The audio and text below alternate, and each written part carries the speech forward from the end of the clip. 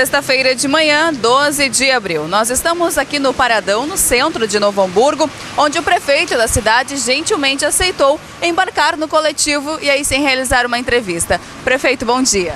Bom dia, uma saudação a todos que acompanham o programa, saudar toda a comunidade de Novo Hamburgo. Uma particularidade, ontem, prefeito, na quinta-feira nós tentamos pegar um coletivo ao lado da prefeitura. Ficamos 40 minutos, tanto em direção ao bairro Canudos, quanto em direção ao cemitério Jardim da Paz. Mas por ali, naquele horário, às 7 horas da manhã até 20 para as 8, não passou nenhum coletivo, prefeito. Isso é comum? Não, nós temos uma definição de trajetos que precisa ser rediscutida com toda a comunidade. Nós precisamos exatamente fazer o debate de quais são as melhores linhas que atendam a população. Vamos embarcar no ônibus, prefeito? Vamos. Então vamos lá. Bom dia.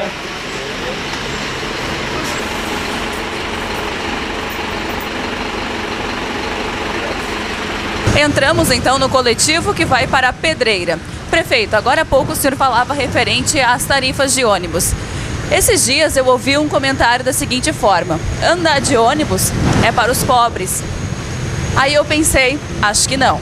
No valor de R$ 2,65 a passagem para quem mora lá no bairro Canudos e tem que ir para Santo Afonso, por exemplo, paga R$ 5,30 para ir trabalhar, por exemplo. E mais R$ 5,30 para voltar. Isso dá R$ 10,60 por dia. No mês, em 20 dias, sem contar o final de semana, dá R$ 212, prefeito. E a passagem integrada, até quando? Quando isso vai sair do papel? Bom, primeiro, é uma questão muito importante.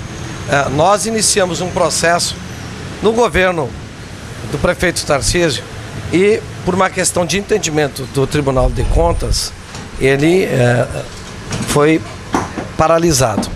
Porque o que nós entendemos? Para o novo processo licitatório, os bens das empresas que têm a concessão deste serviço já estiveram embutidos na tarifa de ônibus e, portanto, devem ser revertidos para o vencedor do próximo processo licitatório ou os vencedores, dependendo das empresas. E naquele momento já se desejava, exatamente naquela licitação, garantir a passagem integrada. Esse é o nosso objetivo, né? Nós queremos garantir a passagem integrada. Então nós vamos continuar apresentando todas as nossas razões para que o nosso processo possa acontecer do ponto de vista da licitação, com este objetivo, passagem integrada. Com outro objetivo, que nós falávamos antes, né? Tem lugares que, se poucas pessoas daquele ponto, né, usam o ônibus, aquele trajeto precisa pensar um trajeto que várias pessoas usem o ônibus, para que efetivamente a tarifa não suba porque tem um trecho com poucos passageiros. Mas esses poucos seriam então prejudicados? Não. O que exatamente é essa tua pergunta é a reflexão que todos nós temos que fazer. A tarifa, ela se compõe do quê? Do custo dos trabalhadores, né? Seja o motorista, seja o cobrador, seja a manutenção do ônibus, do combustível, mas ela se compõe exatamente de um equilíbrio de linhas que pensem exatamente qual é o melhor trajeto, quais são os horários conforme a necessidade da população. Mas isso é um processo longo, prefeito. Sim, mas ele é necessário para fazer, porque quando você não tem esse cuidado, você pode permitir casos como os que a cidade de Porto Alegre vive hoje. Mas isso... Uma tarifa, por exemplo, passando de R$3, por quê? Porque se você não pensa exatamente um equilíbrio que atenda o interesse da comunidade e que não pressione a tarifa, você vai criar um problema muito sério para todos, seja para quem usa o ônibus ou precisa usar duas linhas para ir ao serviço, seja para voltar, ou quem usa eventualmente o ônibus. Nós precisamos pensar num projeto que seja inteligente. Não...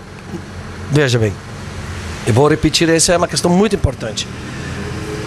O preço, ele é resultante deste equilíbrio dos custos e do número de passageiros. Mas, prefeito, se o senhor me permite, por favor, pagando R$ 2,65, o ônibus ele não vai de um lado ao outro da cidade. Ele vai de um lado até o centro e tem que pegar o outro para ir, por exemplo, para o outro lado da cidade. Então, esta é a questão. Há realmente outros municípios, valor mais caro, mas em compensação o trajeto é bem maior. Veja, exatamente o que nós iniciamos já no governo passado e vamos continuar. Nossa licitação vai garantir a passagem integrada. Então esse é um tema que... Tem prazo? Não, esse prazo já teria sido superado se não houvesse este processo de paralisação do processo licitatório do Tribunal de Contas. Quer dizer, foi isso que atrasou o processo. Não é. Mas ainda está no tribunal? Sim, nós queremos exatamente fazer com que eles compreendam que os bens devem ser revertidos, para que isso ajude na licitação no sentido de não pressionar uma tarifa. E a concessão, prefeito? Exatamente, a concessão é porque tu concede um serviço público, que no caso é o transporte coletivo. Tu concede para as empresas vencedoras do processo licitatório. Neste período, elas executam um serviço que no processo licitatório nós vamos definir o quê? Trajetos que serão dialogados com a população. Nós vamos garantir também um processo de que gradativamente, os ônibus terão ar-condicionado. Isso é uma medida de qualidade para todos os usuários, para toda a nossa comunidade. Essa é uma garantia que não foi colocada no último processo de concessão do transporte coletivo. Há quanto tempo essas duas empresas predominam o transporte coletivo em Novo Hamburgo, a Futura e a Hamburguesa? É que a cidade há muito tempo não faz licitação. Nós estamos falando em décadas, né? Exatamente. Durante muito tempo a cidade não fez um processo licitatório. Prefeito, há alguns dias, alguns estudantes, cerca de 1.500, fecharam a Pedro Adams Filho por alguns minutos, exigindo a baixa no valor das passagens ou ainda a isenção para os estudantes. Eles procuraram o senhor, formalizaram este manifesto? Não, a partir daquela manifestação, eu não fui procurado. Mas, evidentemente, seremos procurados, e assim como seremos procurados por entidades, por associações, por pessoas, e atenderemos, para estabelecer o diálogo.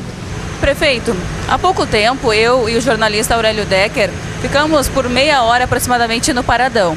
E ali verificamos uma estatística baixa, mas mesmo assim que não deveria existir. De cada 20 ônibus, aproximadamente, pelo menos um ainda está poluindo o ambiente na queima de óleo, a fumaça preta. Essas condições dos ônibus que o senhor tanto priorizou até agora, isso vai totalmente contra o que o senhor estava falando. Exatamente. Na licitação, e eu vou voltar na licitação que começou no governo passado, do nosso prefeito Tarcísio Zimmermann. A previsão para aquela licitação era de vários objetivos. Nós falamos sempre da passagem integrada, Falei da acessibilidade, falei do acompanhamento em tempo real por mecanismos tecnológicos que nos permitam fiscalizar, mas também é o seguinte, nós precisamos definir exatamente isso. Quer dizer, os ônibus têm condições que respeitem a qualidade, que respeitem também o tema ambiental. E isso numa licitação tu pode exigir. Veja onde que estamos chegando. Divisa do município de Novo Hamburgo com Dois Irmãos. Com Dois Irmãos. Veja onde que estamos. Portanto, o transporte coletivo, ele chega até a divisa. Não é uma questão menor. É uma questão importante. Aqui moram poucas famílias. Há poucas residências, poucas casas aqui. Mas o ônibus chega até aqui. Então, evidentemente, que se ele tivesse que chegar neste local de 15 em 15 minutos, isso ajudaria a pressionar a tarifa. Mas, se ele chega nos momentos necessários, ele não pressiona esse itinerário, não pressiona a tarifa. Então eu faço um registro no sentido amplo. E aí eu posso também fazer o paralelo com o debate de Porto Alegre. Eu disse e reconheci, como todo mundo reconhece, que as tarifas de ônibus para o conjunto da população, bom dia, são altas. Nós precisamos continuar perseguindo políticas públicas que tenham esta medida social, que possa se aumentar o subsídio do transporte coletivo. Bom, prefeito, para que nós pudéssemos pontuar essa questão do coletivo, Até o final da gestão do senhor, né, completando pelo menos estes 4 anos de governo, até lá o senhor teria como prometer a passagem integrada ou até mesmo o comprometimento no não aumento da tarifa? Não, o tema do não aumento da tarifa é se a gente pudesse congelar qualquer processo inflacionário. Mas 2,65 o prefeito para andar de um bairro até o centro, do centro a outro bairro, retoma aquela questão de Canudos a Santo Afonso. R$ 5,30. Primeiro, boa parte de quem tem esta necessidade tem o Vale Transporte enquanto trabalhador. É importante lembrar isso. Não é uma questão menor. A segunda questão, nós falamos várias vezes nessa entrevista que o objetivo da nossa licitação é a passagem integrada. Então, o objetivo vem com um comprometimento. Exato. O que eu posso tranquilamente afirmar aqui? Eu, enquanto prefeito, me dedico muito a este tema e o nosso governo trabalha para que este tema se concretize. Há quanto tempo o senhor não andava de ônibus? Não, eu uso transporte coletivo, assim como na condição de deputados, várias vezes eu usei o trem, né, o metrô.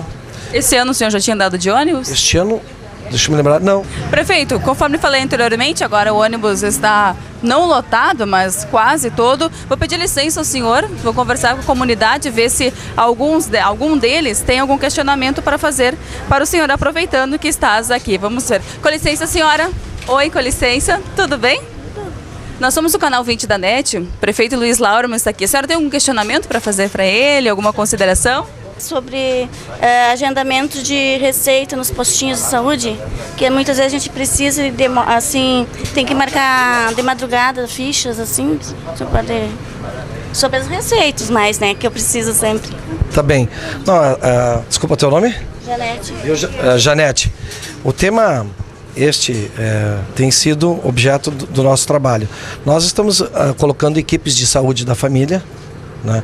As equipes de saúde da família visitam as residências e já fazem o pré-agendamento da consulta e também quando há necessidade de verificar novamente a receita da medicação controlada, né? Então este é o caso.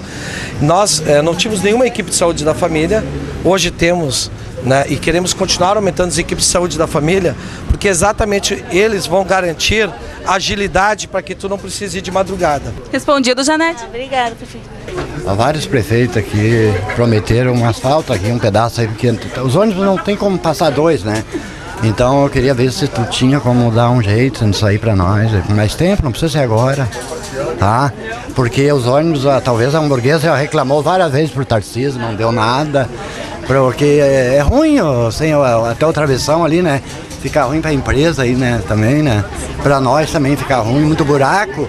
Eles gastam mais em pedra de que no próprio asfalto vai fazer, né? Daí é só que eu tinha que dizer. Tá? Qual o nome do senhor? É José Carlos. Senhor José Carlos, prefeito. Questionamento de José Carlos sobre asfaltamento.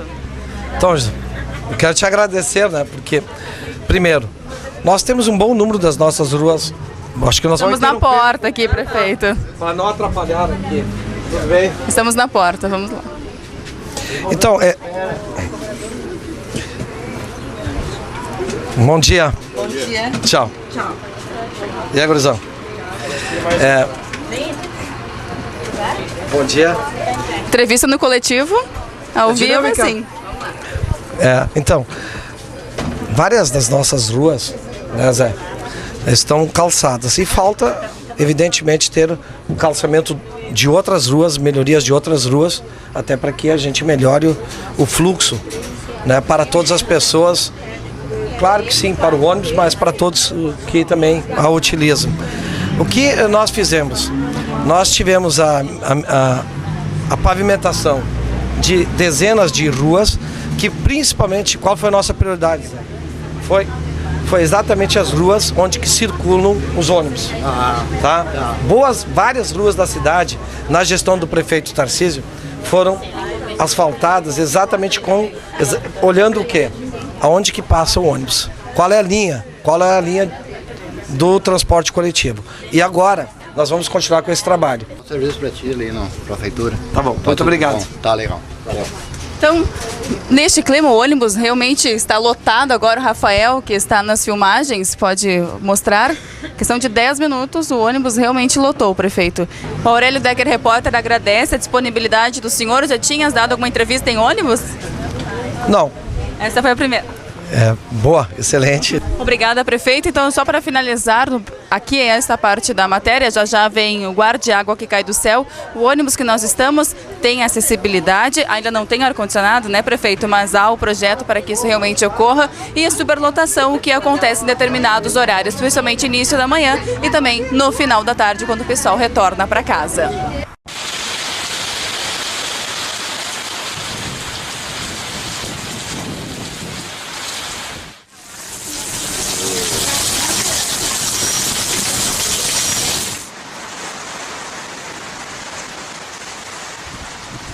Hoje no quadro Guarde Água que Cai do Céu, nós viemos aqui na casa da dona Leoni e do seu Valério Hennemann, que na verdade a casa deles se transformou no Centro Urbano de Práticas Ambientais de Novo Hamburgo. Centro Urbano de Práticas Ambientais de Novo Hamburgo. Entre várias coisas que nós encontramos aqui, as hortas, os chás, as hortaliças e desde energia solar também, nós já tivemos uma aula grande de permacultura, que é um assunto que eu sou muito apaixonado e eu já falei algumas vezes no programa. Hoje nós vamos falar sobre a coleta de água de chuva. O assunto aqui é grande, nós vamos longe com eles, mas hoje, neste quadro Guarde Água que Cai do Céu, nós vamos falar sobre a água da chuva. Então eu gostaria que vocês nos explicassem, por favor, de onde veio a ideia e quantos mililitros de água vocês estão coletando aqui hoje. A ideia partiu de nós mesmos, porque hoje, mais do que nunca, a preocupação deve ser exatamente cuidar da água, porque senão em bem pouco tempo nós não teremos mais água. Começamos com 2 caixas d'água, 500 litros cada uma, e depois aumentamos mais 3. Então nós temos 5 caixas de 500 litros cada uma. Então no ano passado, em 2012, nós captamos em torno de 40 mil litros de água. Calculamos da seguinte forma: no mínimo uma vez por mês cai uma chuva, mesmo que seja leve. E de 10 a 12 minutos, as 5 caixas d'água com 500 litros cada uma estão cheias. E um mês apenas a água terminou antes da próxima chuva. Então, calculando por baixo, 40 mil litros da água. Seu Valério, o senhor que é lá de Dois Irmãos, antigamente era comum na colônia as pessoas coletarem água da chuva, pois não havia Comusa nem Corsã naquela época? Não, não tinha. Acontece o seguinte, eu até, minha irmã mais velha, nós fizemos uma cisterna, né? Naquela época eu tinha 14, 15 anos, né? Hoje estou com 70, né? E nós cavocamos no chão e fizemos uma cisterna de 20 mil litros d'água. Era a água que eles tinham e aquilo conseguia sustentar eles de uma chuva para outra, de uma seca para outra às vezes, né? Sabe como nós lavamos toda a nossa, essa pedra ali? Nós nunca lavamos de mangueira. Nós lavamos como a gente lava uma casa, com rodo e pano. Ah, sim. Mas com água da chuva. E a água da chuva. Os produtos que nós utilizamos preferencialmente são biodegradáveis. Sim, sabão de água, glicerina. sabão de glicerina e nada de produtos sofisticados. Porque uma coisa que me chama a atenção, hoje a gente vai no mercado, os corredores dos produtos de limpeza são maiores que os corredores dos produtos alimentícios. Então isso é uma coisa preocupante. É verdade. E todo esse produto vai para a água. Essa água vai ali para a Arroio e vai para o Rio de Sinos. E esta é a água que a população de Novo Hamburgo toma. Não só de Novo Hamburgo, de toda a região. Como é que é a taxa de água de vocês aqui? A mínima. Quanto Ai, nem sei, 20 e poucos reais. A taxa mínima, 20 e poucos reais. A mínima. Nós nunca passamos a mínima. Então a gente agradece a querida família Hennemann por nos receber também aqui nesse pequeno paraíso Novo Hamburgo. Já é o segundo paraíso que nós encontramos dentro de Novo Hamburgo, hein? Então nos despedimos com mais um Guarde Água que Cai do Céu. A Comusa mandou avisar: água de beber, água pra viver, água de banhar. Nossa água tem que economizar. Chegou a hora de economizar água. Siga estas dicas de economia. Limpe calçadas com a vassoura e nunca com a mangueira. No tanque, use a mesma água para esfregar e ensaboar as roupas. Feche bem as torneiras e fique de olho nos vazamentos. Faça a sua parte. Economize água. Usando bem, ninguém fica sem. Comusa, faz parte da sua vida.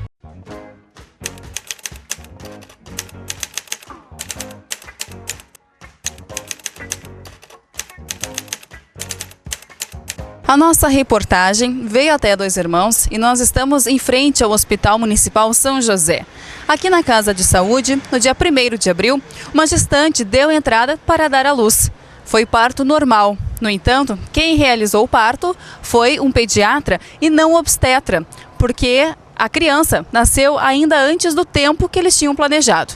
Até aí, tudo bem. Mas não fosse o caso do pediatra ter esquecido uma gaze nas partes íntimas da mãe. Logo após o nascimento do menino, ela teve muito sangramento. E para tentar estancar este sangramento, ele colocou uma gaze. Tempos depois, veio o obstetra responsável. E aí colocou mais gaze para estancar o sangue e retirou aquele material que ele mesmo havia posto, e não o que o pediatra pôs. Resumindo, a mãe foi para casa e uma semana depois deu entrada neste mesmo hospital com muitas dores. E foi constatado então que uma gaze foi esquecido dentro dela. As dores, segundo o marido, que pediu para não ser pronunciado, pediu para não ser revelado o nome, muito menos aparecer a sua imagem na televisão, relatou que as dores da sua esposa eram constantes e foi constatado aqui dentro do hospital que ela estava com uma infecção bacteriana. Felizmente deu tudo certo. Cerca de 72 horas depois de ela dar entrada novamente na casa de saúde, recebeu alta. Mas isso não vai ficar assim. Isso não pode ficar assim. O marido então fez um boletim de ocorrência na delegacia. E nós conversamos agora há pouco com o secretário municipal de saúde, Gerry Meneghetti, onde ele afirmou que uma sindicância será aberta para apurar administrativamente o que aconteceu e não descartou que algum envolvido no caso, algum profissional, seja inclusive afastado das funções. Mas isso é claro, após as investigações que podem durar meses. Então vamos ouvir o que disse o secretário sobre este caso. Bem, sabendo do caso, recebendo a informação do próprio marido da paciente, né, nós então orientamos o familiar a fazer um protocolo, que é um registro formal, né, na prefeitura, dando a entrada dessas informações para que nós possamos iniciar e desencadear um processo investigatório para apurar os fatos ocorridos. E como deve proceder essa sindicância? Aí nós precisamos ter as informações todas registradas nesse protocolo para saber qual o rumo que a sindicância vai tomar, né? Então, a partir da entrada do protocolo, nós reuniremos profissionais e até com o apoio do jurídico municipal para nós podermos fazer essa avaliação e verificar que rumo é o melhor, mais adequado para tomar para que sejam esclarecidos os fatos. O plantão obstétrico ele é de sobreaviso. O obstetra é chamado quando ocorre a intercorrência. Então, como o parto ele foi, segundo as informações do próprio paciente, né, foi um parto que ocorreu rapidamente, o pediatra que fica de plantão 24 horas e tem mais um clínico que fica de plantão 24 horas também no hospital realizou o parto. Mas a obstetra compareceu também durante o procedimento ou logo após o procedimento. Neste primeiro momento, dá para dizer quem errou? Não, infelizmente nós temos que apurar os fatos para não cometer nenhuma injustiça também, né? E para que o caso seja solucionado adequadamente. E algum profissional envolvido no caso realmente comprovada a situação, pode ser afastado do cargo? Caso comprovado alguma irregularidade ou alguma falta por parte de algum profissional, com certeza pode sim. Quanto tempo deve demorar até o resultado da sindicância? Eu não posso te precisar um prazo, mas nós queremos dar o máximo de atenção ao caso, que foi um caso isolado, o município investe, tem pré-natal, toda a rede funciona, o hospital é público, funciona tudo, né? Como é um caso isolado, nós queremos dar o mais rápido possível um retorno para os familiares.